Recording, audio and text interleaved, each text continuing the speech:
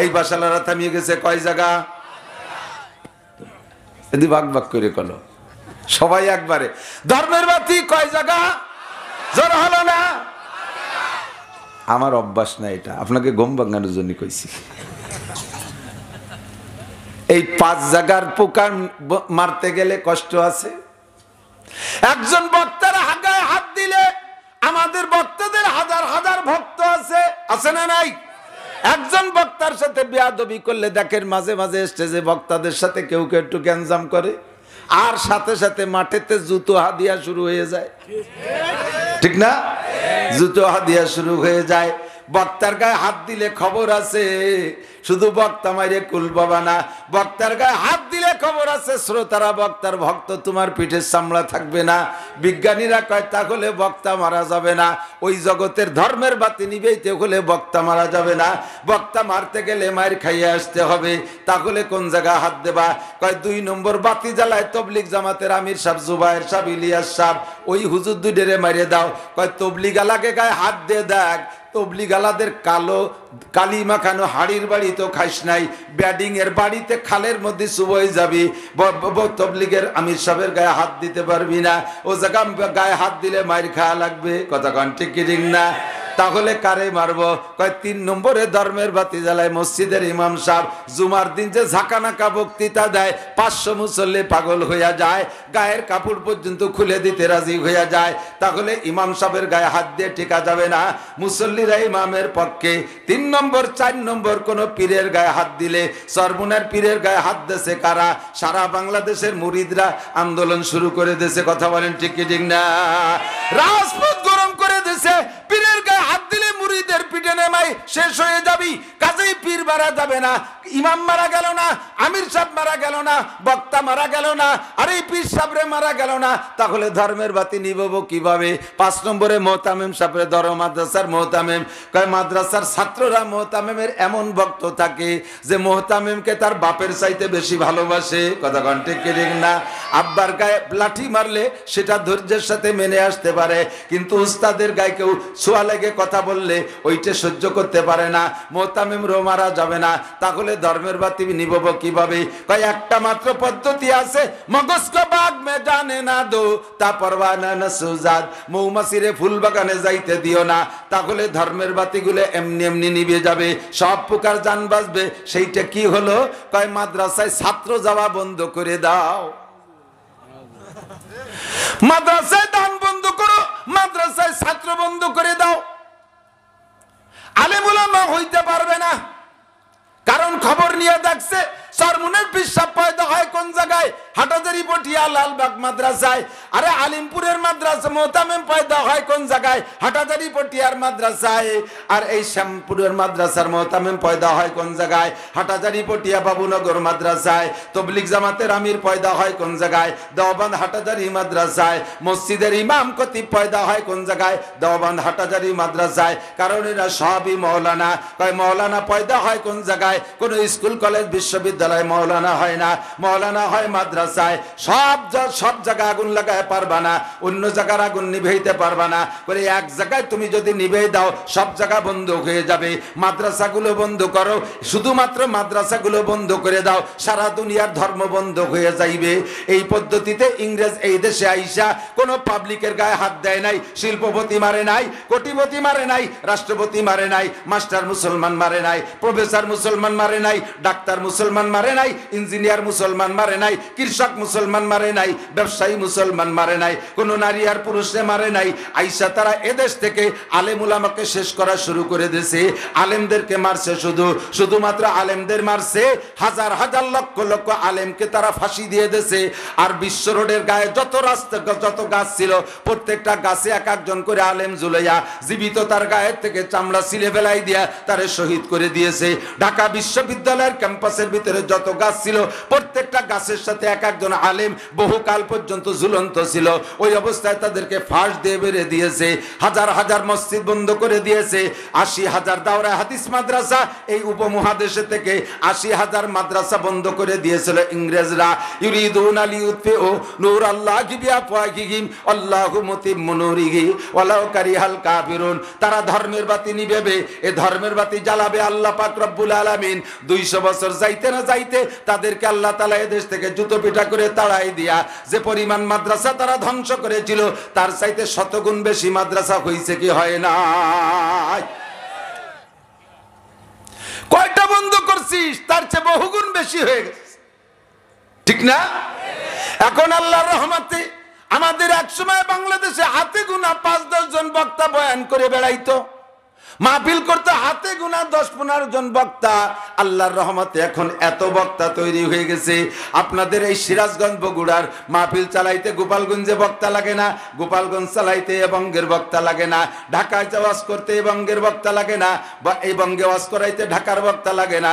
আল্লাহ যথেষ্ট আলেম উলামা পয়দা করে দিয়েছে, কতক্ষণ ঠিক কি ঠিক না? বলেন না আলহামদুলিল্লাহ। আজকে আমি দেইকা দিলটা ঠান্ডা হয়ে গেছে, সিরাজগঞ্জ এবং বগুড়ার অনেক উলামায়ে কেরাম আসছে, এনাদের সম্মান করবেন, শ্রদ্ধা করবেন।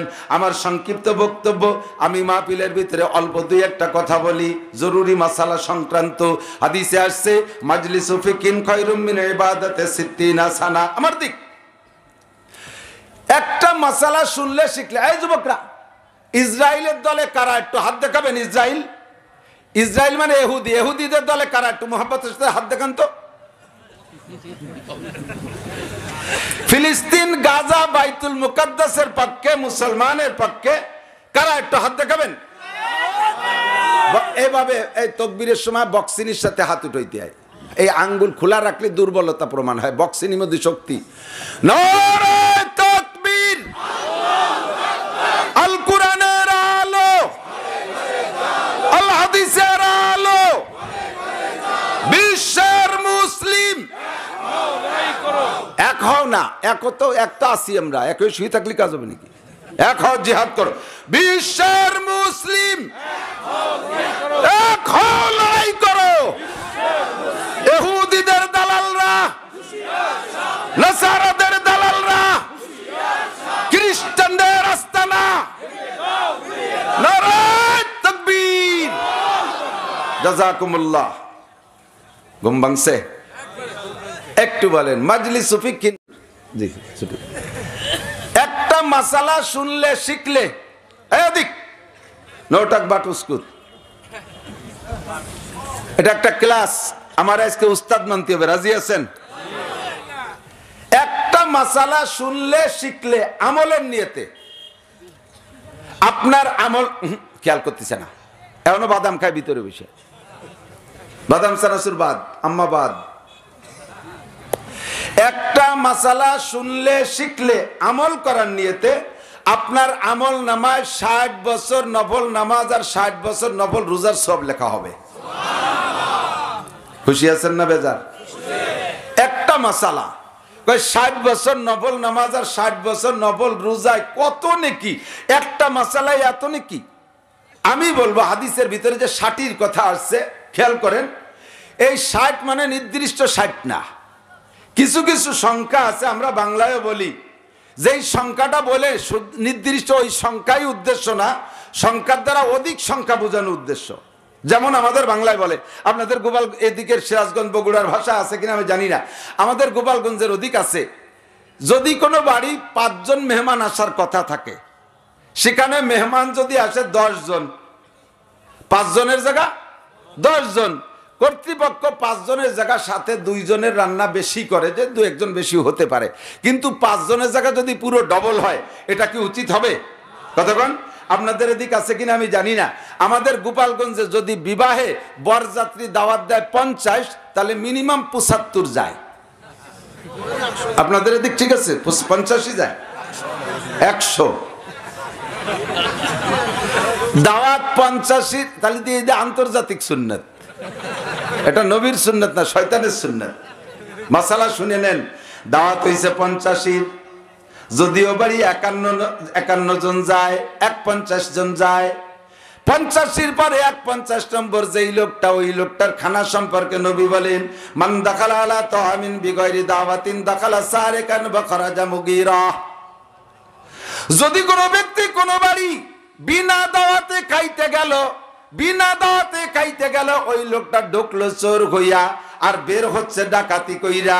ঢুকছে চোর হইয়া, চোররে কেউ দাওয়াত দেয় না, দেয় নাকি? চোররে কেউ দাওয়াত দেয়?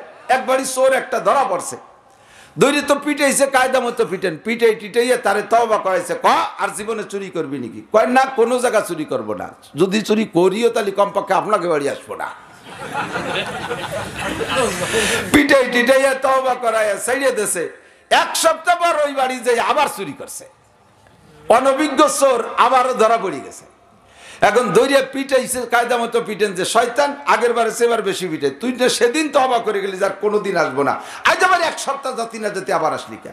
কয় যে যেভাবে মারছেন আগের সপ্তাহে তাতে পাক্কা তওবা করছিলাম কোনোদিন আসবো না, কিন্তু যাওয়ার সময় বাড়িতে, আপনাকে বাড়িতে বেরোয় যাওয়ার সময় দেখি আপনাকে গেটে লেখা আবার আসবেন। অনেক বাড়ি এরকম লেখা থাকে না দরজায়, আবার আসবেন। কয় যাওয়ার সময় দেখলাম যে আবার আসবেন, দাওয়াতটা আপনারাই দিয়ে দিয়েছেন, সেই জন্য আসছি। এই দাওয়াত কি চোররে দিছে না বন্ধুরে দিছে? লেখা দাওয়াত তো আপনজনকে দিছে, চোররে তো আর দাওয়াত দেয়নি। তো হুজুর কয় যে লোকটা বিনা দাওয়াতে ঘরে ঢুকলো খাইতে, ওই লোকটা চোর, ওরে দাওয়াত দেওয়া হয় নাই। চোররে যেমন দাওয়াত দেওয়া হয় না, ওকেও দাওয়াত দেওয়া হয় না। তুমি আসছো বিনা দাওয়াতে চোর। এবার যেগুলো বিনা দাওয়াতে আসে, দাওয়াতেরা যে পরিমাণ খায়, বেদাওয়াতেরা তার চেয়ে বেশি খায়। জম্মের খা গলা সমান খাইয়ে চলে যায়, আল্লাহ নবী কয় এটা ডাকাতি করে বের হলো। বরযাত্রীতে যে পরিমাণ দাওয়াত, ওই পরিমাণই যাইবেন, যে জায়গা যাবেন সেই পরিমাণ যাবেন, তার চেয়ে বেশি যাবেন না। হুসাইন আহমদ মাদানী রহমাতুল্লাহ আলাইহি, এই আমাদের বাংলাদেশের বড় বড় উলামা ইকরামদের পীর এবং উস্তাদ, আহমদ শফি সাহেব হুজুরের পীর, সদর সাহেব হুজুরের উস্তাদ, এরকম বড়দের উস্তাদ হুসাইন আহমদ মাদানী রহমাতুল্লাহ আলাইহি, উনি যখন রাস্তা দিয়ে হাঁটতেন বা চলাফেরা করতেন, এই আহমদ শফি সাহেব, সদর সাহেব, হাফেজি হুজুর, এই সাইজের ছাত্র ওনার সাথে সবসময় ঘুরতেন। উনি যা বলতেন লিখতেন, কারণ দুনিয়াবি আজেবাজে কথা তো বলতেন না, এলেমের ভান্ডার, যা বলতেন তাই এলেম, আর নোট করে নিত। 5 জন 7 জন 10 জন 20 জন এরকম সবসময় হুজুরের সাথে থাকতেন। হুজুরকে যদি কেউ কোনো বাড়ি খাবারের দাওয়াত দিতে একারে, যে হুজুর আমার বাড়ি, বাংলাদেশে কি কয়, আমার বাড়ি 4টে ডাল ভাতের দাওয়াত, আর বাংলা ওই ভারতে বলে আমার বাড়ি একটু শাক রুটির দাওয়াত। শাক রুটির দাওয়াত মাদানী রহমাতুল্লাহকে দিলে উনি ওই একাই যাইতেন খাইতে, সাথে করে নিতেন না। সাথে যারা 10-20 জন থাকতো, এরা বাইরে দাঁড়ায় থাকবে, উনি ভিতরে ঢুকতে দিতেন না। যদি বাড়িওয়ালা বলতো যে হুজুর এরা আপনার সাথে আসছে, বাইরে থাকবে, কেমন দেখা, ভিতরে নিয়ে আসেন, আমার যা আছে বাগযোগ করে খান, হুজুর বলেন না না, এটা হবে না, দাওয়াত আমার একা, এই কজন কেন আসবে, ওরা কেন খাবে? মহিলারা বাহিরে দাওয়াত পায় না। বাড়ি যেদিন মেহমানদারি উপলক্ষে ভালো খানা তৈরি হয়, ওই দিন মেহমানদের সাথে তারা একটু ভালো খায়, পুরুষরা বাইরে বাইরে দাওয়াত খায়। আজকে আপনার বাড়ি যে রান্না হয়েছে, আমার সাথে যে কয়জন আসছে, ভিতরে যদি বসে, ওরা সাবার করে দেবে খাইয়া, আপনারাও পাবেন না, মহিলারাও পাবে না, কাজে ওরা খাইতে পারবে না। 2 নম্বরে আমার সাথে এভাবে ঘুরিয়ে ঘুরিয়ে যদি খাওয়ার সুযোগ পায়, তাহলে ওদের খাওয়ার লোভ হয়ে যাবে, কাজেই ভিতরে ঢুকতে দেওয়া যাবে না। আমাদের দেশে পীর সাহেবরা আসে, ভিতরে খাবারের ব্যবস্থা, পীর সাহেব সিট পায় না, মুরিদরা যায় কাছারি ভরে যায়, আছে না? না এরকম। আমার একার দাওয়াত, আমি একাই আসছি, আমার ড্রাইভার তো আমার থাকতেই হবে, নাহলে তো উপায় নেই। মান দাখালা আলা তাআবিন বিগাইরি দাওয়াতিন দাখালা সারিকান ওয়া খারাজা মুগীরা। 5 জন দাওয়াত দিতে যদি 10 জন যায়, বাড়িওয়ালার মন খারাপ হয় কি হয় না? রান্না করছে যেভাবে, সেভাবে পরিবেশন করতে পারবে না। বাসার থেকে বলতেছে তাড়াতাড়ি খাবার নেন, তাড়াতাড়ি নিয়ে খাবার দেন। লোকটা বারবার ঘরে যায় আর আসে, ফতফত করতেছে আগে, কয় কি ব্যাপার, নেন না? কয় যে 14-20 মানুষ আইছে। কয় 20 মানুষ আছে, 5-এর জায়গা 10 জন, 14-20 কতগুলো হয়? 280 জন। এ জায়গা 14-20 মানে নির্দিষ্ট 14-20 না, 14-20 মানে অধিক সংখ্যা বোঝানো। নবী পাক বলেন মাজলিসু ফিকিন খায়রুম মিন ইবাদাতি 60 সানা। একটা একটা মাসালা শুনলে এবং শিখলে তোমার আমলনামায় 60 বছর নফল ইবাদতের সওয়াব। সাহাবায়ে কেরাম বলেন মিনাইয়া আমালিন ইয়া রাসূলুল্লাহ, হুজুর কোন আমলের 60 বছর? হুজুর বলেন সিয়ামুহা ওয়া কিয়ামুহা, লাগাতার একটানা 60 বছর নফল নামাজ পড়লে আর লাগাতার একটানা 60 বছর নফল রোজা রাখলে যেই পরিমাণ সওয়াব, তার চাইতে বেশি সওয়াব তাকে দেওয়া হয়। এই জায়গায় 60ই মাকসাদ না, এমন এমন মাসালা আছে যার একটা মাসালা না জানা থাকার কারণে আপনার জিন্দেগির ফরজ ইবাদত নষ্ট হয়ে যাচ্ছে, ওয়াজিব ইবাদত নষ্ট হয়ে যাচ্ছে, জীবনের ফরজ নামাজগুলো কিছুই হচ্ছে না। এমন এক একটা মাসালা আপনার জিন্দেগিতে বাদ পড়ে আছে। ওর একটা মাসালা যদি আমি এখানে বলি তাহলে 60 বছর না 60 লক্ষ বছর যদি হায়াত পান আর 60 লক্ষ বছর নফল ইবাদত করেন, তার চাইতে একটা মাসালার সওয়াব বেশি। কথা বলেন? যেমন এদিক তাকান, ভাই আপনার একটা গাড়ি, এই যে আমি গাড়ি নিয়ে আসছি, আমার গাড়িটা ভালো গাড়ি, প্রিমিয়ার গাড়ি, সবকিছু ওকে আছে, সবকিছু কমপ্লিট। গাড়ির চাকায় বাল্ব টিউব যেটা যেখান দিয়ে হাওয়া ঢোকে ওইটা এতটুকু একটা বাল্ব টিউব, মোটা চাকা আছে, বড় বডি আছে, সুন্দর বডি আছে, স্যাসিস আছে, জাপানি ইঞ্জিন আছে, সবকিছু ওকে, শুধুমাত্র বাল্ব টিউব নাই। গাড়ি চলবে? কতক্ষণ চলবে? গাড়ির ইঞ্জিনই সব আছে, নিচে ছোট্ট একটা পিন, ওই পিনটা না থাকলে ইঞ্জিন স্টার্ট নেয় না। সেই পিনটা কোন পাকে জাকিতি পড়ে গেছে, এখন স্টার্ট নেয় না। ড্রাইভার বুঝতেছে না, মোটামুটি ইঞ্জিনিয়ার মিকার আনা হয়েছে, তারা টের পাচ্ছে না। একজন বিজ্ঞযোগ্য মিকার আইসা ইঞ্জিনে হাত দিয়েই গাড়ির স্টার্টিং এ হাত দিয়ে টের পাইছে কোন জায়গার পিন পড়ে গেছে। সেই জায়গা ছোট্ট একটা পিন লাগাই দিলেই গাড়ি স্টার্ট নেবে কি নেবে না? ওই একটা পিন, এই একটা পিন আপাতত গাড়ির জন্য পুরো 36 লাখ টাকা গাড়ির চাইতেও দামি। কথা বলেন? আপনারা আগে হাল চাষ করতেন না? হাল চাষ, মুরব্বীরা গরু দিয়ে হাল চাষ করতেন। লাঙ্গলের ফাংশন জানা আছে নাকি? আমি ক্লাস 3, 4, 5 3 বছর আমার বাপের সাথে মাঠে লাঙ্গল চাষ করছি। পরে মাদ্রাসায় যার পরও বাড়ি গেলি বাপের সাথে হাল চাষ করতাম, এজন্য লাঙ্গল সম্পর্কে আমি ভালো জানি। লাঙ্গল বানাইতে গেলে কি লাগে? লম্বা একটা ইস লাগে, ইস কয় নাকি সামনে লম্বাটা, পিছনে তো লাঙ্গল, গরুর কাঁধে দেয় জোয়াল, ঠিক না? 2 লাখ টাকা দামের 2টা গরু আছে, একেবারে ইস দিয়েছেন লোহা কাঠ দিয়া, লাঙ্গল বানাইছেন শাল কাঠ দিয়া, লাঙ্গলের ফাল আছে এরকম ফাল কয় তো, লাঙ্গলের ফাল বানায় লোহা দিয়ে, আপনি বানাইছেন স্বর্ণ দিয়া, সব কিছু ওকে, রশি টসি সব দামি বানাইছেন। কিন্তু লাঙ্গলের পিছনে ইস্টা আছে, লাঙ্গলের ভিতরে যেখানে ঢোকে পিছন দিয়ে ছোট্ট একটা কাঠ দিত, মনে আছে? আমাকে গোপালগঞ্জে ভাষা কায় ইস্তিয়া, খিল। তো 2.5 লাখ টাকা দামের গরু আছে, সোনার লাঙ্গল আছে, সবকিছু কমপ্লিট, শুধু লাঙ্গলের পিছনে এতটুকু একটা খিল নাই। হাল চাষ করা যাবে? জোরে বলেন যাবে? আপনার নামাজের ভিতরে সূরা বাকারা আছে, আপনার মাথায় বড় তিতা বিশাল 3 খেতে যে পাগড়ি একটা বান্ধা আছে, 43 বন্ধের জুব্বা আছে, সৌদি আরবের জায়নামাজ একটা আনছেন 5000 টাকায় দিয়ে কিনে, আপনার সব কিছু ওকে, একেবারে সুন্দর দাঁড়াইছেন খুব সুন্দর করে। আপনার নামাজের ভিতরে ছোট্ট একটুক একটা মাসালা আপনার জানা নাই, ওই মাসালাটা জীবন ভরে কোনোদিন জানেন না। না জানার কারণে তাহাজ্জুদ পড়ছেন, ইশরাক পড়ছেন, আবিন পড়ছেন, চাষ পড়ছেন, ফরজ পড়ছেন, ফজর পড়ছেন, জোহর পড়ছেন, আসর পড়ছেন, 5 ওয়াক্ত নামাজ পড়ছেন, ঈদের নামাজ পড়ছেন, সব নামাজ আপনার বাতিল। কোনদিন আপনার নামাজ 1 ওয়াক্ত নামাজ আপনার হয় নাই। এবার আপনি বলেন এই ছোট্ট মাসালাটা আপনার জন্য 60 বছর নফল নামাজ না 60 লক্ষ বছর নফল ইবাদতের চাইতে বেশি না কম? যেমন আপনি নামাজের ভিতরে জানেন না, আমার দিক তাকান, বহুত সময় দেখি উলামায়ে কিরামও বেসাক্তা ভুল করে বসে। আমরা সূরা ফাতিহা পড়ি, আমি সূরা ফাতিহা দিয়ে খুতবা পড়ছি, সূরা ফাতিহা থেকে শুরু করি। সূরা ফাতিহা নামাজের মধ্যে পড়েন না? সূরা ফাতিহা পড়ার সিস্টেম কি? যত সুন্দর শ্বাস পলা হোক হন না কেন, এমনি সময় সূরা ফাতিহা পড়ার সময় আপনি এক নিঃশ্বাসে পুরো সূরা ফাতিহা পড়বেন না, এক নিঃশ্বাসে 2-3 আয়াত পড়বেন না। আপনি সূরা ফাতিহাটা বিশেষ করে প্রত্যেক আয়াতে আপনি ছেড়ে দেবেন, প্রত্যেক আয়াতে ছেড়ে দেবেন। কেন? আপনি বলছেন আলহামদুলিল্লাহি রাব্বিল আলামিন, উলামায়ে কিরাম সাক্ষী, মুহাদ্দিসিনে কিরাম হাজির। বান্দা যখন পড়ে আলহামদুলিল্লাহি রাব্বিল আলামিন, সূরা ফাতিহাকে আপনি যেমন পড়েন নামাজ হবে না তা কিন্তু বলছি না, খেয়াল রাখবেন, নামাজ হবে না তা বলছি না। আপনি যেভাবে পড়েন শুদ্ধ করে পড়লে আপনার নামাজ হবে। তবে সূরা ফাতিহা পড়ার সুন্নতি পদ্ধতি হলো 7টা আয়াতে 7 বার শ্বাস ছাড়বেন, এক একটা আয়াত পড়ে আপনি ছেড়ে দিবেন। আপনি যখন পড়েন আলহামদুলিল্লাহি রাব্বিল আলামিন, সকল প্রশংসা আল্লাহর জন্য যে আল্লাহ রাব্বুল আলামিন, কথা বলেন ঠিক কি ঠিক না? সমস্ত প্রশংসা কার? আরো জোরে কার? আলহামদুলিল্লাহ। কেন প্রশংসা আল্লাহর? রব্বিল আলামিন, উনি হলেন আমাদের রব, আল্লাহ হলেন আমাদের রব। রব মানে প্রতিপালক, রব মানে প্রতিপালক। বাংলা বলেন রব মানে, যদি আপনি এমনি পড়েন তাও নামাজ হবে, সোয়াবও আপনার কম হবে না। তবে যদি সূরা কিরাতের অর্থ জানা থাকে তাহলে নামাজের মধ্যে মজা বেশি লাগে, একাগ্রতা বেশি হয়। আপনি যদি সূরা ফাতিহা পড়ার সময় কমপক্ষে এতটুকু অর্থ আপনার জানা থাকে তাহলে নামাজের মধ্যে আপনি তৃপ্তি পাবেন বেশি।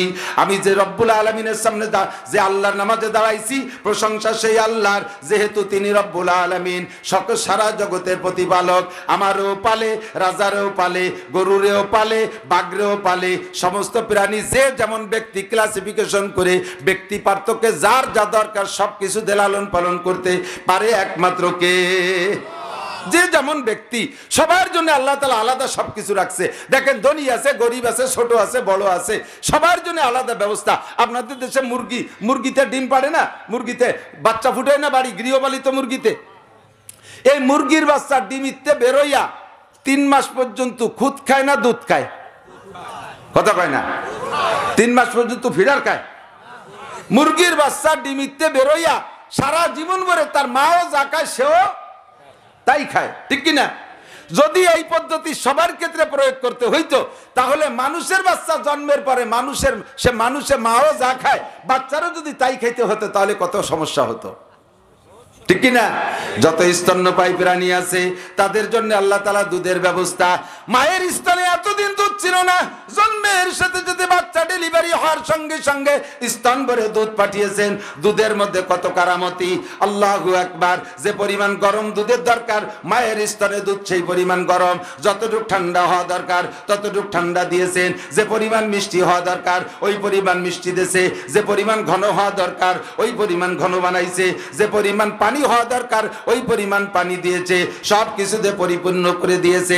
একটা গাভীর বানের থেকে 4টে বান থেকে 4 20 কেজি দুধ হয়। এরকম দুধওয়ালা গাভী আছে না নাই? 4 20 কেজি দুধ হয়। 20 কেজি দুধ দহন করতে গাভীর বানে 4টে বানের মুখে দেখবেন মাত্র 4টে ছিদ্র। কথা বলেন? গাভীর বানে 4টে বানে কয়টা ছিদ্র? 4টা ছিদ্র। একটা ছিদ্র দিয়ে 5 কেজি করে দুধ বের হয়। 10 মিনিটের মধ্যে 20 কেজি দুধ বের হয়ে যায়। মায়ের স্তন থেকে বাচ্চায় দুধ পান করে 1 পোয়া থেকে আধা কেজি।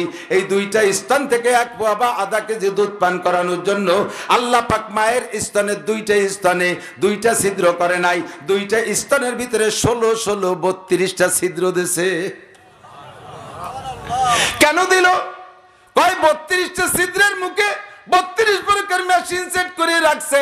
আর এই 32 প্রকার মেশিনের ভিতরে 32 প্রকারের ঔষধ আল্লাহ তাআলা সেট করে রেখেছেন। মানুষের মুখের মধ্যে 32টা দাঁত হবে। এই 32টা দাঁতের 32 রকম অনুভূতি, 32টা দাঁতের 32 রকম শক্তি। কতক্ষণ? সামনের দাঁতের অনুভূতি একরকম, মাড়ির দাঁতের অনুভূতি আর এক রকম। সামনের দাঁত কাটার, এটিতে কাটতে হয়, কাটার জন্য আবার মাড়ির দাঁতে কাটা যায় না। এবার সামনের দাঁতে কাইটা পেছতে হয়, আবার মাড়ির দাঁতে জাতা হলো মাড়ির দাঁত। সামনের দাঁত দিয়ে কুসকুসে চাবাই খাইলে স্বাদ পাওয়া যায় না, পেশার জন্য আল্লাহ তাআলা মাড়ির দাঁত বানাইছে। কতক্ষণ ঠিক না? ওটা হলো জাতা দাড়ি, জাতা মাড়ি। তো সামনের দাঁত বানাইছে তার একরকম শক্তি, মাড়ির দাঁত আর একরকম। এই 32 দাঁতের 32 রকম শক্তি দেওয়ার জন্য আল্লাহ তাআলা মায়ের স্তনের দুই স্তনের মুখে 32 প্রকারের মেশিন দিয়ে 32 প্রকার ঔষধ সেট করে রাখছে। এ কাম কে করতে পারে? জোরে কন্যা কে পারে? আমরা যখন রাতের বেলা ঘুমিয়ে যাই প্রত্যেকের 2 চোখের ভিতরে দিক তাকান, প্রত্যেকের 2টা চোখের ভিতরে 16 8 1600 করে পোকা আছে। ডান চোখের মধ্যে 800 পোকা, বাম চোখের মধ্যে 800 পোকা। এই পোকাগুলোকে অনুবীক্ষণ যন্ত্র দিয়ে দেখলে এমন ঘৃণিত পোকা, পায়খানার পোকার মতো দেখা যায়, দেখলে ঘৃণা লাগবে, কিন্তু বডিতে তারা অতি ছোট, খালি চোখে দেখা যায় না। মানুষ যখন ঘুমিয়ে যায় ওই পোকাগুলো তাদের ডিউটি পালন করে, ওদের খাবারের জন্য দুনিয়ার কিছুই নাই। মানুষ যখন ঘুমায় ভিতরের থেকে এক প্রকার ময়লা চোখের কাছে আসে, ওই পোকাগুলো ওই ময়লাগুলো খায়, ওরা ওই ময়লা খেয়ে বেঁচে থাকে। আর ওই ময়লা খাওয়ার কারণে আপনার চোখ পরিষ্কার হয়, সকালবেলা ঘুম থেকে উঠে আপনি ক্লিয়ার চোখে দেখতে পারেন। এই দায়িত্ব দুনিয়ার কোনো বিজ্ঞানী পালন করতে পারবে না, এই কাম দুনিয়ার কোনো বিজ্ঞানী পারবে না, একমাত্র পারবে আমার রব আল্লাহ। রাত ভর বললে আল্লাহ পাকের প্রশংসা শেষ হবে না। সংক্ষিপ্ত কথা, আলহামদুলিল্লাহি রাব্বিল আলামিন যখন আমরা সূরা ফাতিহা সূরা প্রথম আয়াত পড়ি, সঙ্গে সঙ্গে আল্লাহ পাক জবাব দেয়, হামিদানি আব্দি, আমার বান্দা আমার প্রশংসা করেছে, আল্লাহ বড় খুশি হয়। হামিদানি আব্দি, ও ফেরেশতারা আমার বান্দা প্রশংসা করেছে, এই জবাবটা আল্লাহ দেয়। যখন বলবেন আর রহমানির রহিম, দয়াবান মেহেরবান পরম করুণাময় কে? জোর হলো না কে? যখন পড়বেন আর রহমানির রহিম, সঙ্গে সঙ্গে আল্লাহ পাক বলে আসনা আলাইয়া আব্দি, আমি বড় খুশি হয়েছে, আমার বান্দা আমার প্রশংসা করেছে। এরপরে বলবেন মালিক ইয়াউমিদ্দিন, বিচার দিনের মালিক, জোরে বলেন কে? আয়াত পড়ে ছেড়ে দেওয়ার সাথে সাথে আল্লাহ জবাব দেয়, সাদাকা আব্দি, ও বান্দা সত্য কথা বলেছো, বিচার দিনের মালিক আমি। একটা একটা করে আয়াত পড়বেন, আল্লাহ পাক একটা জবাব দেন। আপনি যদি এক নিঃশ্বাসে 3 আয়াত পড়ে ফেলেন, আল্লাহ জবাব দিতে পারে না তা না, কিন্তু আপনার ব্যস্ততার ভিতরে আল্লাহ যদি এই জবাব না দেয়, নাও দিতে পারে। কাজেই এক একটা আয়াত পড়ে ছেড়ে দিবেন, আল্লাহ পাক একটা জবাব দিবে, আর জবাব দেয়াই হলো কবুলিয়তের আলামত। 4 নম্বর আয়াত যখন পড়বেন, ইয়্যাকা না'বুদু ওয়া ইয়্যাকা নাস্তাঈন, পড়বেন আমার সাথে, একটু পড়েন। ইয়্যাকা না'বুদু ওয়া, পড়বেন না? পড়বেন না? ইয়্যাকা না'বুদু ওয়া ইয়্যাকা নাস্তাঈন, আল্লাহ তোমারই ইবাদত করি। জোরে বলেন কার ইবাদত? কার? নামাজ পড়ি কার জন্য? রোজা রাখি কার জন্য? হজ করি কার জন্য? কষ্ট নিয়েন না, একটু বলতে থাকেন। একবার আল্লাহ বলবেন 4000 নেকি লেখা হয়ে যাবে আপনার আমলনামায়।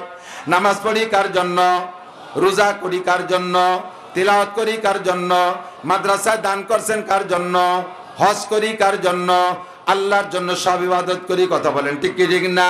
আল্লাহ কয় ওয়ালা ইউশরিক বিইবাদাতি রাব্বিহি আহাদা, এ বান্দা যত ইবাদত করবা সব আমারই জন্য করবা, কোন ইবাদত মানুষের জন্য খেয়াল করে না। বানিয়েছে নাকি? ইবাদত কার জন্য? কয় মানুষের জন্য আবার ইবাদত করে। হ্যাঁ, মানুষের জন্য ইবাদত করে।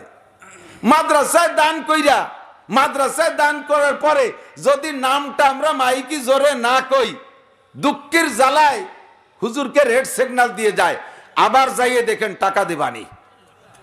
10,000 টাকা দিলাম, নামটা একটু বললেন না।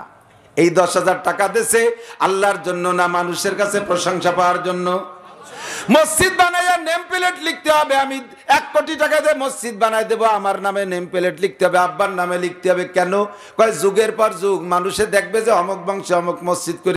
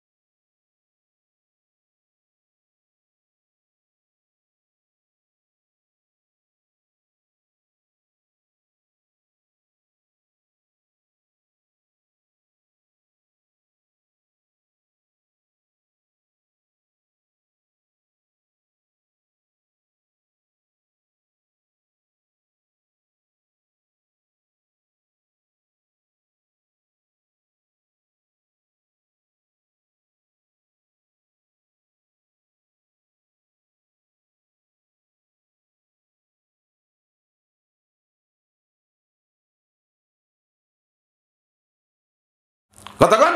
প্রত্যেক আয়াতে ছেড়ে ছেড়ে দিয়ে পড়বেন। এরপরে ইয়াকা নাবুদু ওয়া ইয়াকা নাস্তাইন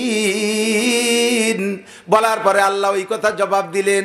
এবার আমি আল্লাহ কি বললাম, আল্লাহ আমার জীবনে কি প্রয়োজন আমি জানি না, সবই তুমি জানো। আমি কি বলবো আর কি বলবো না সব তো তুমি জানো, সবই দিবা। তবে আল্লাহ আমার একটা দাবি, এদিক তবে আমার একটা দাবি বলবো। আপনাকে কাছে বলতেছি না, তা আল্লাহর কাছে বলতেছি। আল্লাহ বলবো আমার একটা দাবি। আল্লাহ কয় বলো। আল্লাহ আমার দাবি হলো বাংলাদেশ বড়, আমরা তো বাংলাদেশে থাকি, বাংলাদেশ বড় বেকায়দা জায়গা, বিপদের জায়গা, দলের আর অভাব নাই, মতের আর অভাব নাই। 12 কুতুবীর বসত বাংলাদেশ, 12 আউলিয়ার মাধ্যমে বাংলাদেশে ধর্ম আসছে। এই জন্য অন্য দেশের চাইতে বাংলাদেশে ধর্মের মতামত বেশি। আটরশি, চন্দ্রপাড়া, মানিকগঞ্জ, সুরেশ্বর, বজেশ্বর, ইনায়তপুর, বাহাদুরপুর, শরীয়তপুর, দেওয়ানবাগি, রাজারবাগি, কুতুববাগি, মাইজবান্ডার, তবলিগ, সরমুনাই, ইতাআতি, ওয়াজাহাতি, কাদিয়ানি, হিজবুত তাওহীদ আছে না নাই? জামাত ইসলাম, এ ইসলাম, ও ইসলাম, নিজামে ইসলাম, কোন দল করবো তো বুঝে উঠতে পারতেছি না। যে হুজুর আসতে যে আসে সে হুজুর এত সুন্দর করে বুঝায়, তাতে মনে হয় যে এই হুজুরই ভালো। ফিরে ওই হুজুর নামিয়ে যাওয়ার পর আর এক হুজুর আছে, ওই হুজুরে কয় ভোট দেয়, ফিরে এই হুজুর জিতে যায়। কোন দল মনে করি যে বড় বুড়ি হলি পারে সেই পীরটা বড়, যে দেয় যে দেওয়ানবাগি বিশাল বুড়ি, পরে দেয় যে না সেও বলে হক না, তারপর পার মানুষ সিজদা দেয়। আছে না নাই? মানুষের পায়ে সিজদা দেওয়া জায়েজ? বলেন জায়েজ? এইরকম পীরের পায়ে সিজদা দেওয়া পীর বাংলাদেশে আছে না নাই? বাগি মানে ডাকাত, বাগি মানে উলামায়ে কিরাম বলেন বাগি মানে, আর সারেক মানে চোর। সারেক মানে চোর আর বাগি মানে ডাকাত। 3 ডাকাতি বাংলাদেশে লক্ষ লক্ষ মুমিনের ঈমানকে ডাকাতি করে নিয়ে যাচ্ছে। দেওয়ানবাগি, রাজারবাগি, কুতুববাগি, এই 3 ডাকাতি খেয়ে ফেলে দিচ্ছে। এর মধ্যে আবার আইছে কাদিয়ানি আর একটা। কাদিয়ানি মুসলমান না কাফের? হ্যাঁ বাদাম খাইছে পরে ক, কাদিয়ানি মুসলমান না কাফের? যারা বলেন কাদিয়ানি কাফের না মুসলমান? কাফের। ঠিক। কেউ যদি আসে কাদিয়ানিকে ধরে মাদ্রাসার হুজুরির কাছে নিয়ে আসবেন, বলো না এনামুল হক সাহেবের কাছে নিয়ে আসবেন, মোহতারাম সাহেবকে নিয়ে আসবেন। তুই আমারে দাওয়াত না দিয়ে হুজুর রে দে। আমার দেশের ভাইরা সৌদি আরব যে কিছুদিন চাকরি বাকরি করে আইসিয়া, হানাফি মাযহাবের ছিল, সৌদি আরবে যে কয়টা উট গুড়া গাদা সব দুম্বা ভেড়া চড়াইয়া কয় টাকা কামাই করে আইসেই রফে দাইনের বুকির পর হাত ছানা বান্ধা শুরু করে দেয়। এরা আইসা বাড়ি বাড়ি দাওয়াত দেয়, 8 রাকাত তারাবির দাওয়াত দেয়। আরে পাবলিকের কাছে বাড়ি বাড়ি দাওয়াত না দিয়া মাওলানা ইনামুল সাহেবরে বুঝা, এই মাদ্রাসার মোহতাম সাহেবরে বুঝা, যা হাটাজারি মাদ্রাসার হুজুরকে বুঝায়, মাওলানা নাসির সাহেবরে বুঝা, সরমুনার পীর সাহেবরে দলে নে। একে 2-4 জনের নীতিবালী সারা বাংলাদেশ তোকে হয়ে যাবে। এর একজনের কাছে আসে না, যায় যত মূর্খ পাবলিকের কাছে। কতক্ষণ ঠিক না? আরেকটা বেরোইছে নতুন করে, হিজবুত তাওহীদের পাঙ্কু সেলিম। চেনেন নাকি? সেলিমের নাম শুনছেন না? ওর নাম হলো পাঙ্কু সেলিম। কি সেলিম? হিজবুত শয়তান, হিজবুত তাওহীদ না। এ পাঙ্কু একটু খেজুনি খেজুনি কটা দাড়ি রাখছে, ওর বগলও একটু করে দাড়িও একটু। মহিলাদের কিনে নামাজে দাঁড়ায়, একজন পুরুষ একজন মহিলা, একজন পুরুষ একজন মহিলা নামাজের মধ্যে প্রেম করে আর নামাজ পড়ে। এখন বুঝে উঠতে পারতেছি না আল্লাহ কোন দলে যাব। কাজেই তোমার কাছে দরখাস্ত, ইয়াকা নাবুদু ওয়া ইয়াকা নাস্তাইন ইহদিনাস সিরাতাল মুস্তাকিম। তাবলীগের মধ্যে 2 দল, আল্লাহ আমি বুঝতে পারি না কোন দলকে সমর্থন করব। 2 দলের মধ্যে হুজুর আছে, আল্লাহ আমার ইহদিনাস সিরাতাল মুস্তাকিম, সঠিক পথ দেখাও, সঠিক পথ দেখাও। আমি একটা টার্গেট দেই, আল্লাহ সিরাতাল্লাযিনা আনআমতা আলাইহিম। এই আয়াত যখন পড়েন ইহদিনাস সিরাতাল মুস্তাকিম, আল্লাহ এখানে একটা জবাব দেয়, ওয়ালি আব্দি মা সাআলা। ঠিক আছে বান্দা, তুমি যা চাইলে তোমাকে দেয়া হবে, তোমাকে তা দেয়া হলো। এবার আমি চাইলাম কি, আল্লাহ ইহদিনাস সিরাতাল মুস্তাকিম, তোমার কাছে বলি সিরাতাল্লাযিনা আনআমতা আলাইহিম, যেই রাস্তায় চলার কারণে একদলকে তুমি পুরস্কৃত করেছো, নবীদেরকে পুরস্কৃত করেছো, সাহাবায়ে কিরামরা পুরস্কৃত, তাবেঈনরা পুরস্কৃত, তাবেঈনরা পুরস্কৃত, আবু হানিফা, শাফিঈ, আহমদ, মালিক পুরস্কৃত, বুখারী, মুসলিম, তিরমিজি ওয়ালা পুরস্কৃত, আহলে হক উলামায়ে কিরামরা পুরস্কৃত। আল্লাহ যেই রাস্তায় চলে ইনরা পুরস্কার পেয়েছে, আমাকেও তুমি সেই রাস্তায় চালাও। আল্লাহ কয় ওয়ালি আব্দি মা সাআলা, ঠিক আছে বান্দা তোরে সেই রাস্তায় চালানো হবে। তোমার কাছে দরখাস্ত আল্লাহ, তোমার কাছে অনুরোধ, গায়রিল মাগদুবি আলাইহিম ওয়ালাদ-দাল্লিন, দুইটা দল তোমার কাছে, দুইটা দল তোমার কাছে বড় অভিশপ্ত। একটা হলো অভিশপ্ত আর একটা হলো পথভ্রষ্ট। এই পথভ্রষ্ট আর অভিশপ্ত দুইটা দলে চালায় না। সমস্ত তাফসীরের কিতাবে রাখে মাগদুবি আলাইহিমের মানে হলো অভিশপ্ত আর দাল্লিনের মানে হলো পথভ্রষ্ট। আর মাগদুবি আলাইহিম অভিশপ্ত মানে ইহুদিরা, এই ইসরায়েলি ইহুদি, ইসরায়েলের ইহুদি এরা হলো অভিশপ্ত। আর দাল্লিনের দ্বারা উদ্দেশ্য হলো পথভ্রষ্ট, এরা হলো নাসারা, আমেরিকান খ্রিস্টান, পশ্চিমা ইউরোপ কান্ট্রিতে যারা আছে খ্রিস্টান, এরা হলো পথভ্রষ্ট। এই পথভ্রষ্ট আর অভিশপ্তদের রাস্তায় আমরা চালাইও না, কারণ তুমি আল্লাহ বলেছো ইয়া আইয়ুহাল্লাযীনা আমানু লা তাত্তাখিযু আদুওয়ি ওয়া আদুওয়াকুম আউলিয়া। হে অন্ধ জগতের অটল বিশ্বাসী পাগলরা, তোরা আমাকে বিশ্বাস করেছিস, আখিরাতে তোদের জন্য পুরস্কার রয়েছে, সাবধান থাকবি, সতর্ক থাকবি। লা তাত্তাখিযু আদুওয়ি ওয়া আদুওয়াকুম আউলিয়া, আমার দুশমন আর আমার শত্রু আর তোদের শত্রু, আমার দুশমন আর তোদের দুশমন যারা, তাদেরকে সম্পর্ক করবি না, তাদের সাথে বন্ধুত্বতা করবি না, তাদেরকে বন্ধু বানাবি না। জানতে চাইলাম আল্লাহ তোমার শত্রু আর আমাদের শত্রু কারা? অন্য আয়াতের মধ্যে আল্লাহ তাও নাম বলে দিয়েছো তুমি, ইয়া আইয়ুহাল্লাযীনা আমানু লা তাত্তাখিযুল ইয়াহুদা ওয়ান নাসারা আউলিয়া বাযুহুম আউলিয়া উবাজ। তোদের শত্রু আর আমার শত্রুর নাম হলো ইহুদ আর নাসারা। জোরে বলেন কারা কারা? ইহুদ আর নাসারা। ইহুদ হলো ইসরায়েলিরা আর নাসারা আমেরিকারা। আল্লাহ নিজেই বলছেন বাযুহুম আউলিয়া উবাজ, আপোষে যদিও দুইটা ধর্ম, কিন্তু যখন মুসলমান মারার সময় হয় তখন দুই দল মিলে এক হইয়া যায়। ঠিক কি না? দোয়া করবেন গায়রিল মাগদুবি আলাইহিম ওয়ালাদ-দাল্লিন বলার পরে আল্লাহ কয় ওয়ালি আব্দি মা সাআলা, বান্দা তুমি যা চাইছো তা তোমারে দিয়ে দিলাম। এমন করে সূরা ফাতিহা আপনি পড়বেন, তরজমা যা জানছেন এখন থেকে পড়লে মজা পাইবেন ইনশাআল্লাহ। এবার সূরা ফাতিহা পড়া হয়ে গেলে হাদিসে আসছে ইযা ক্বালাল ইমামু গায়রিল মাগদুবি আলাইহিম ওয়ালাদ-দাল্লিন ফাকুলু আমিন। ইমাম যখন ওয়ালাদ-দাল্লিন বলে ছেড়ে দেয়, তোমরা যদি কানে শোনো তাহলে তোমরা আমিন বলবা। জোরে বলেন কি বলবেন? এই আমিন বলবা আস্তে, জোরে না। জোরেও বলতে পারো, আস্তেও বলতে পারো। জোরে বলার কথা হাদিসে আসে নাই, আস্তে বলার কথাও হাদিসে আসে নাই। হুজুর বলছেন আজ তোমরা আমিন বলো, তবে আমিনের ভিতরে আমিন রে একটু টেনে বলো, মাদ্দাবিয়া সাউতাহু, যে শব্দে বলো রে একটু টেনে বলো। কিন্তু যদি এবার বলেন আমিন জোরেই বলতে হবে, জোরে না বললে হবেই না, তাহলে আমি বলবো দলিল দিয়া আমিন আস্তেই বলতে হবে, আস্তে না বললে হবে না। কেন? হাদিসে আসছে মান ওয়াফাকা তামিনুহু তামিনাল মালায়েকা গুফিরা লাহু মা তাকাদ্দামা মিন যামবিহি। যেই ব্যক্তির আমিন ফেরেশতার আমিনের সাথে মিলে যাবে, কথা বলেন, যেই ব্যক্তির আমিন ফেরেশতাদের আমিনের সাথে মিলে যাবে, ওই লোকটার জীবনে সব গুনাহ মাফ, সব গুনাহ। এবার আমার আমিনটা ফেরেশতার আমিনের সাথে মিলাইতে পারলে সব গুনাহ মাফ। ফেরেশতার আমিনের সাথে আমার আমিন মিলানোর দুইটা দিক, কয়টা? একটা হলো টাইমের মিল আর একটা হলো আওয়াজের মিল। একটা হলো টাইমের মিল আর একটা হলো আওয়াজের মিল। টাইমের মিলটা আমি মিলাইছি, ইমাম যখন ওয়ালাদ-দাল্লিন বলছে ওর পরেই ফেরেশতারা আমিন বলছে, আমিও সেই সময় আমিন বলছি, টাইমের মিলটা মিলাই ফেলাইছি। কিন্তু এবার আওয়াজের মিল, ফেরেশতারা আমিন যদি জোরে বলে তাহলে তুমিও জোরে বলো। ফেরেশতারা জোরে বললি তো আমি শুনতাম, আমি যেহেতু শুনি না কাজেই ফেরেশতারা আস্তেই বলেছে, আমিও এবার আস্তে যদি বলি তাহলে ফেরেশতার সাথে শব্দের দিক দিয়ে মিল হবে, টাইমের সাথে মিল হবে, শব্দের দিক দিয়ে মিল হবে। কাজেই আমাকে জোরের জায়গা আস্তেই বলিতে হবে। কথা বলেন ঠিক কি ঠিক না? এরপরে একটা সুরও পড়বেন, আর বেশি ভাঙ্গাবো না, এটা হলো হাদিসের ক্লাসের ভাঙ্গাভাঙ্গি। তারপরে আমাদের দেশে সমস্যা আছে বিধায় একটু না বলে পারি না। এরপর একটা সুরও পড়বেন। এই সুরোটা পড়ার ব্যাপারে আমার আজকে জরুরি মাসালা খেয়াল করি। কুরআন শরীফের ভিতরে যেভাবে সাজানো আছে, উলামায়ে কিরাম সাক্ষী, প্রত্যেকটা তাফসীরের ভিতরে প্রত্যেকটা তাফসীরের ভিতরে একটা কলম আছে, রব্তে আয়াত, রব্তে সূরা। সূরা ফাতিহাকে শুরুতে আনলো কেন, তারপরে বাকারা কেন, তারপরে আল ইমরান কেন, তারপরে নিসা কেন, এভাবে সিরিয়াল দিতে আলাম তারা কেন, তারপরে লিলাফি কেন, তারপরে আরাইতাল্লাজি কেন, এই আয়াতের পরে এই আয়াত কেন, একে বলে রব্তে আয়াত।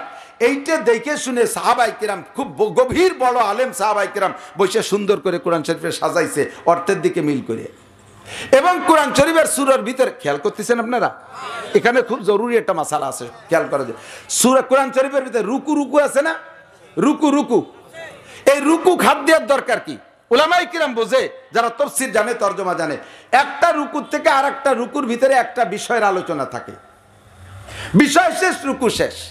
এখন এই বিষয়টা একটা রুকু শুরু হয়েছে এক পৃষ্ঠার অর্ধেক থেকে, খেয়াল করেন না, বিশেষ করে আলেমরা খেয়াল করেন, একটা রুকু শুরু হয়েছে এক পৃষ্ঠার অর্ধেকের থেকে, পৃষ্ঠা শেষ হইতে হইতে রুকু শেষ হয় নাই, রুকুর একটা আয়াত রয়ে গেছে অন্য পৃষ্ঠায়। ইমাম সাহেব যারা পড়ে ওই পৃষ্ঠার শেষে যায় রুকুতি চলে যায়, রুকুতি চলে যায়, অথচ ওই কোরআন শরীফের যে রুকু আছে তার একটা আয়াত পরের পৃষ্ঠায় রয়ে গেছে, ওই আয়াতটা পড়ে না। যারা তরজমা বোঝে তাদের ভিতরে বড় অশান্তি লাগে। আজকেও কোন রেখাতে কোন উত্তেজন কিরাতের মধ্যে শুনছি, পৃষ্ঠার শেষে যাইয়া রুকুতি চলে গেছে, আর একটা যদি পড়তো বিষয়টা পূর্ণ হয়ে যেত। আমি বলি মাঝে মাঝে আমাদের দেশে উদয়পুর, মোল্লারহাট, বাগেরহাট, আপনারা নাম শুনে থাকবেন, বাংলাদেশের তবলিগ জামাতের আমির শাহ হুজুর মাওলানা আব্দুল আজিজ সাহেব রহমতুল্লাহ কিন্তু চিনতেন নামে তবলিগওয়ালারা, তার চাইতে বেশি চিনতেন শাইখুল হাদিস আল্লামা আজিজুল হক সাহেব। এই দুইজনের শ্বশুর বাড়ি ওই একই বাড়ি। ওই বাড়িটা আরো 200-300 বছর আগের থেকে হক্কানি পীরদের জন্ম হচ্ছে। ওই গ্রামে এত পরিমাণ হাফেজ যে এক গ্রামে যত হাফেজ বহুত বাংলাদেশে কোন গ্রাম নাই ওই রকম অত হাফেজের। ওই গ্রামের 5 জন মাস্টার আছে স্কুলে, তার 3 জন হাফেজ, মাঠে 5 জন কৃষক হাল চষতেছে, তার মধ্যে 3 জন হাফেজ, বাজারে 50 জন দোকানদার আছে, তার ভিতরে 40 জন হাফেজ, মাছ মারতেছে জালিয়ারা 10 জন, তার ভিতরে 8 জন হাফেজ। এত হাফেজের গ্রাম। ওই বাড়ির মসজিদে রমজান মাসে তারাবি পড়াচ্ছে হাফেজ নাসির আহমদ সাহেব, আফগানি মুজাহিদ, মারা গেছে। হয়নি কি নেই বাংলায় কা দুদু কেমন আছেন, তো ছোট চাচা বা দুদু বলে সম্বোধন করাতে জিবরিল আলাইহিস সালাম জবাব দিয়েছেন মাশা আলহামদুলিল্লাহ, কিন্তু একটু মলিন চেহারা ভাব, বেজার বেজার ভাব। হুজুর আইসা বললেন, সালাম দিলেন, জিবরাইল কি ব্যাপার, মুখখান বেজার?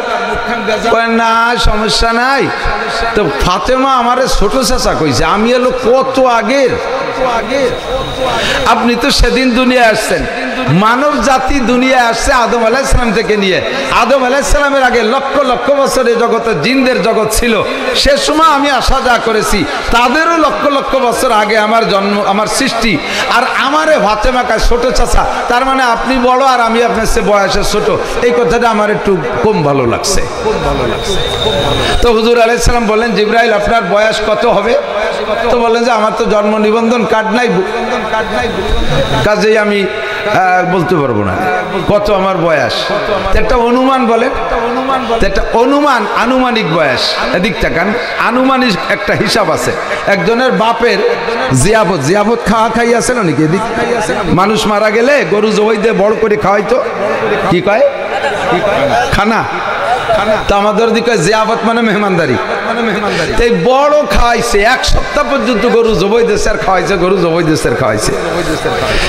তো এই গল্প উনি চার দোকানে বসে বসে দিচ্ছে যে আব্বার জিয়াবতে এত খাওয়াইছি, চেয়ারম্যানও এরকম খাওয়ায়নি, তার বাপের জিয়াবতে উপজেলা চেয়ারম্যানও খাওয়ায়নি।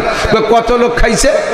কত লোক খাইছে তা বলতে পারবো না, খাইয়ে যাওয়ার সময় খিলেল করতে আমাদের জমির 10 কাঠা বুঝ শোন লাগছে।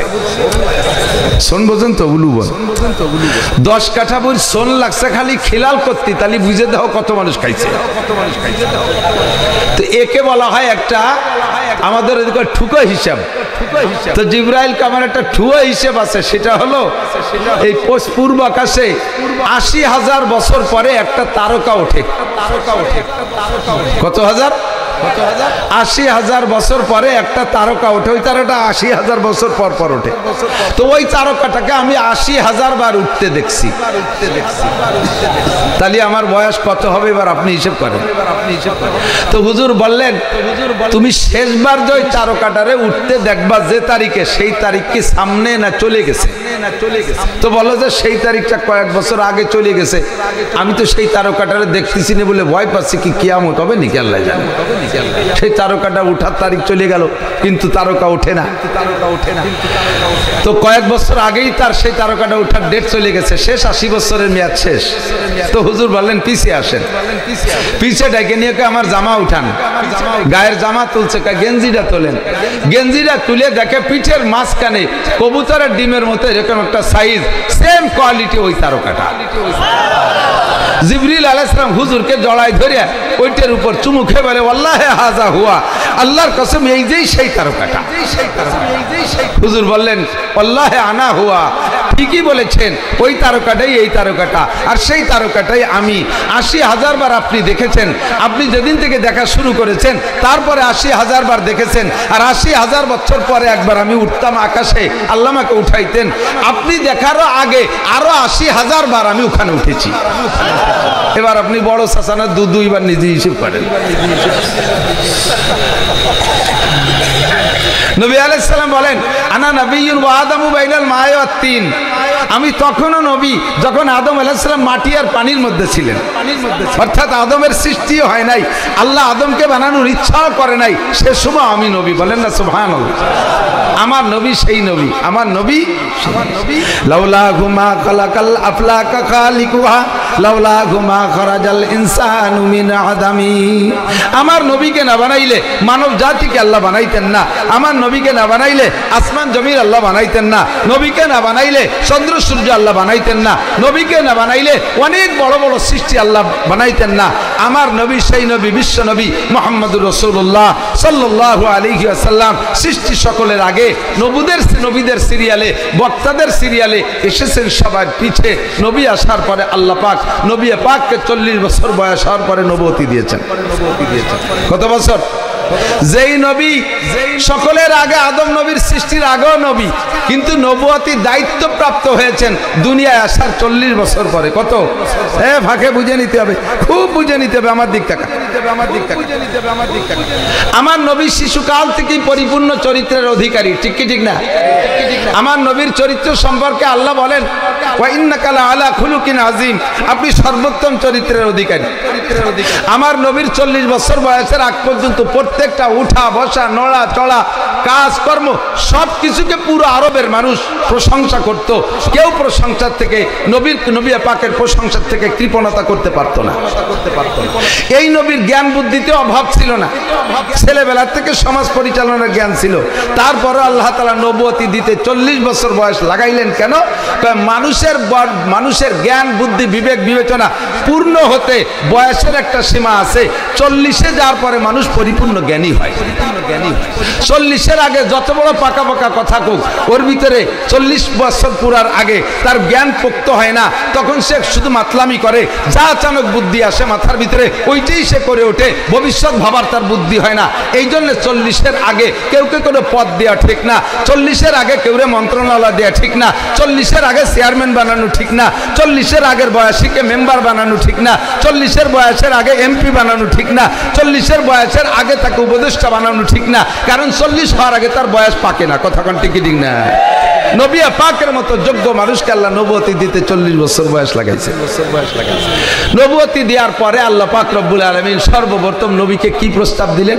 কোরআন শরীফের আয়াত, ইয়া আইয়ুহার রাসূল বাল্লিগ মা উনজিলা ইলাইকা মির রাব্বিক।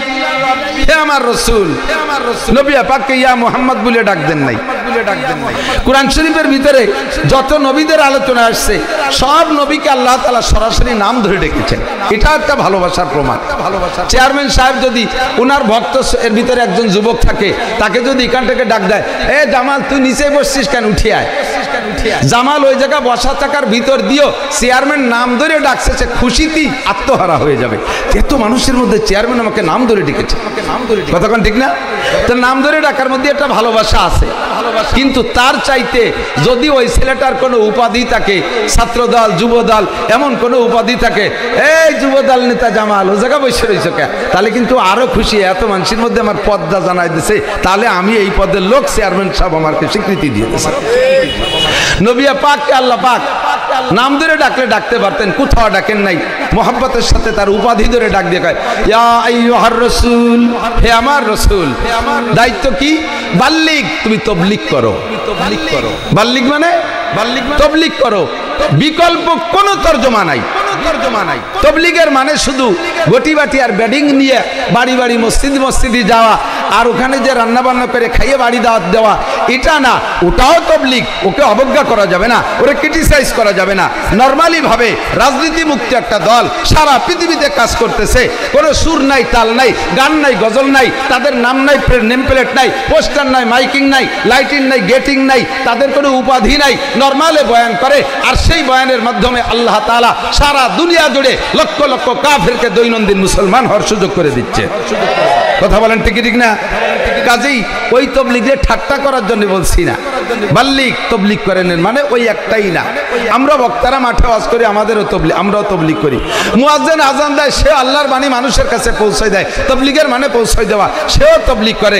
ইমাম সাহেব জুমার দিন বয়ান করে, সেও তবলিগ করে। লেখকরা, মুসলিম লেখকরা হাজার হাজার বই পুস্তক কিতাবাদি লিখে উম্মতের কাছে দিনের কথা পৌঁছে দিচ্ছে, এরাও তবলিগ করতেছে। ইসলামী রাজনীতির মাধ্যমে তবলিগ করতেছে। পীর সাহেবরা মুরিদদেরকে ডাইকা কিছু সবক দিচ্ছে, এটাও তবলিগ করতেছে। টোটাল মিলে নবী পাককে আল্লাহ পাক বললেন বাল্লিগ, তুমি তবলিগ করো। কি তবলিগ করব? মা উনজিলা ইলাইকা মির রাব্বিক, রবের পক্ষ থেকে যাহা পাইবা। আই জামিউ মা উনজিলা ইলাইকা মির রাব্বিক, তোমার রবের পক্ষ থেকে যাহা পাবা সব কথাগুলো পৌঁছাইয়া দিবা। যেটা যাকে যেমন পৌঁছানোর দরকার, চেয়ারম্যানেরটা চেয়ারম্যানরে পৌঁছাই দিবা, মেম্বারেরটা মেম্বারে পৌঁছাই দিবা, আবু জাহেলেরটা আবু জাহেলরে পৌঁছাই দিবা, আবু লাহাবেরটা আবু লাহাবরে পৌঁছাই দিবা, ওমরেরটা ওমরকে পৌঁছাই দিবা, আবু বকরেরটা আবু বকরকে পৌঁছাই দিবা, পুরুষেরটা পুরুষের কাছে পৌঁছিয়ে দিবা, নারীদেরটা নারীদের কাছে পৌঁছিয়ে দিবা। বাল্লিগ মা উনজিলা ইলাইকা মির রাব্বিক ফাইল্লাম তাফআল ওয়া ইল্লাম তাফআল ওয়া ইল্লাম তাফআল, যদি তুমি নেতাদের ভয়ে হক কথাগুলো তাদের কাছে না পৌঁছাও, আর যদি তুমি কোনো লজ্জায় আপনদের কাছে গোপন মশালাগুলো না পৌঁছাইয়া দাও, লজ্জার কারণে যদি গোপন কথা না পৌঁছাও, অনেক মশালা আছে, গোপন মশালা আছে না নাই, যেগুলো বলতে লজ্জাই লাগে, অথচ সেগুলো ইসলাম আর শরিয়াত, সেগুলো পৌঁছাই দিতে হবে। ছোট্ট একটা বলি, হযরত ফাতেমা রাদিয়াল্লাহু তাআলা আনহাকে নবী পাক ডাইকে বলছে মা, বাপে মেয়ের কাছে এই জাতীয় কথা জিজ্ঞাসা করা এটা অনেক লজ্জারই ব্যাপার। আমরা এই জামানার এত নির্লজ্জ মানুষ, তাও আমরা বলতে লজ্জা পাই। আর আমার নবীর চাইতে লজ্জাশীল জগতে আর কেউ আসে নাই, কথা কোন ঠিক না?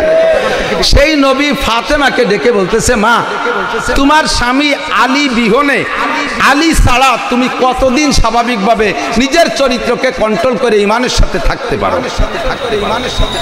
কেমন একটা লজ্জার কথা না? বাপের কাছে কি মাইয়েতে এই বলে যে আমি স্বামী ছাড়া এই কদিন থাকতে পারি, তারপরে থাকতে পারিনি, এরপরে পাগল হয়ে যাই। আরো মেয়েটাকে সাইয়্যিদাতুন নিসাই আলিল জান্নাহ, জান্নাতি নারীদের নেত্রী ফাতেমা, সাইয়্যিদাই সুবহানিল জান্নাহ, হাসান হুসাইন রাদিয়াল্লাহু তাআলা আনহুমার মা, নবী পাকের সব সন্তানের মধ্যে সবচাইতে প্রিয় সন্তান ফাতেমা। লজ্জার হাড়ি, লজ্জার বস্তা, তার কাছে জিজ্ঞেস করছে আলী ছাড়া তুমি কতদিন থাকতে পারো? ফাতেমা লজ্জায় মুখটা ঢাইকা চলে যাইতেছে, কয় না ওমা তুমি একটু কয়ে যাও, তুমি একটু বলে যাও, তোমার এই কথার সাথে শরীয়তের একটা মাসালা আছে, যদি তুমি না বলো আমি ওই মাসালাটা বলতে পারবো না, আর বলতে না পারলে উম্মতের কাছে পৌঁছবে না, আর উম্মতের কাছে কথাটা না পৌঁছলে উম্মতে হাজারো হাজার বছর ধরে অন্যায় করতেই থাকবে। কাজেই তুমি একটু বলো মা, তুমি আলী ছাড়া কতদিন থাকতে পারো? কারণ হযরত আলী ছিলেন সেনাবাহিনীর লোক, যুদ্ধে বিভিন্ন জায়গায় যাওয়া লাগতো, যুদ্ধের ক্ষেত্রে 3 মাস 4 মাস 5 মাস 6 মাসও কোনো জায়গায় থাকা লাগতে পারে।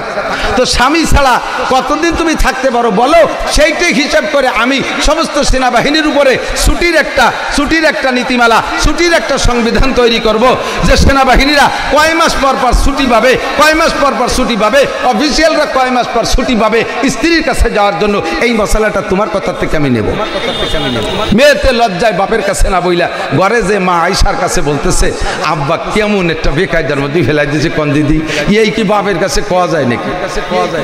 তো কও, তুমি আমার কাছে কও, মারা আবার মেয়ের কাছে, মেয়েরা মার কাছে অনেক কথা বলতে পারে, ছেলেরা বাপের কাছে যত গোপন কথা কইতে না পারে, মেয়েরা কিন্তু মার কাছে তার সাথে বেশি গোপন কথা বলতে পারে, ঠিক না?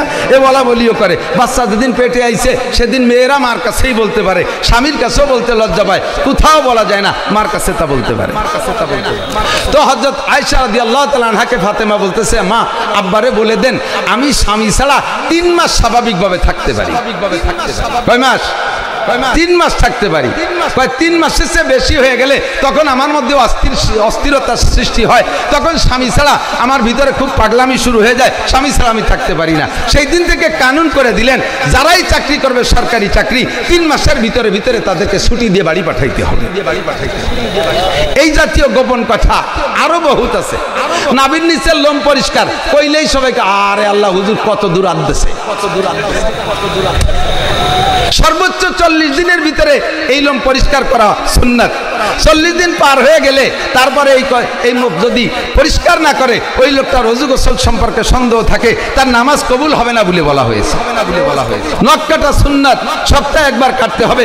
অতিরিক্ত দুইটা মশলা বলে আমি জায়গায় চলে যাচ্ছি, এদিক ওদিক খেয়াল করি না। বাড়তি নখ, যে মরা নখ আছে, এই মরা নখ আগায় চলে গেলে ওর গোড়ার দিক, তাজা নখ যেখান থেকে শেষ, মরা নখ সেখান থেকে শুরু, গোস্তের ভাজে ফাঁকের ভিতরে ওই জায়গা পানি পৌঁছানো ওযু এবং গোসলের সময় ফরজ। যদি মরা নখ বেশি লম্বা হয়ে যায় তাহলে গোড়া পর্যন্ত উপরে পানি ঢেলে দিলে স্বাভাবিকভাবে পানি যায় না, আর পানি না গেলে ওযুও হবে না, গোসলও হবে না। আপনি তো সুন্দর করে ওযু গোসল কইরা নামাজের যে সিজদা দিচ্ছেন, আপনার সিজদাও হবে না, নামাজও হবে না। বরঞ্চ কোনো কঠিন ফতোয়ার ভিতরে লেখে, এই সময় ইবাদতের নিয়তে যদি সিজদা দাও, নামাজ তো হবেই না, বরঞ্চ ঈমানও নষ্ট হয়ে যেতে পারে। এই সব কথাগুলো বাল্লিগ উম্মতের কাছে পৌঁছে দেন, নেতাদের কথা নেতাদের কাছে পৌঁছে দেন।